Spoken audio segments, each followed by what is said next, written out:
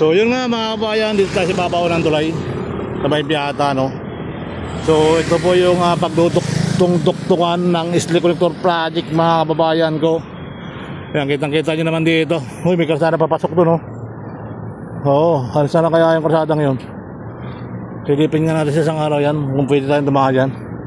So ito yung mataas na to mga kabayan, dito na magkukunik sa south. Ito mataas na to. At yung norte naman mga kabayan do, sa baba. Ayan o, dalawang ano po yan, dalawang poste po yan. Ito yung isa sa baba.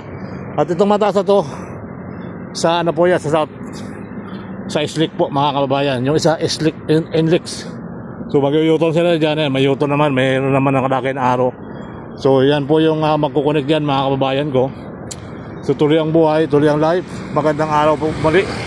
At yung buwan no, mga kababayan, no? Ganda ng buwan no. Adjust nga natin sabi na pag kita-kita raw yung makinano. Yan, hanggang dito na lang pala. Okay lang. At tuloy ang buhay, tuloy ang life. Magandang araw po. At gabi na pala mga kababayan. Yan, yan na po yung connector dyan, no, guys. Salamat guys, thank you so much.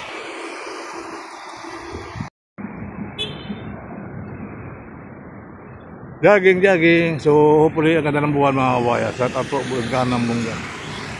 Tuloy ang buhay, tuloy ang life. Parang sa tayo. Ayun lang. Bagong-bago na sa ahon.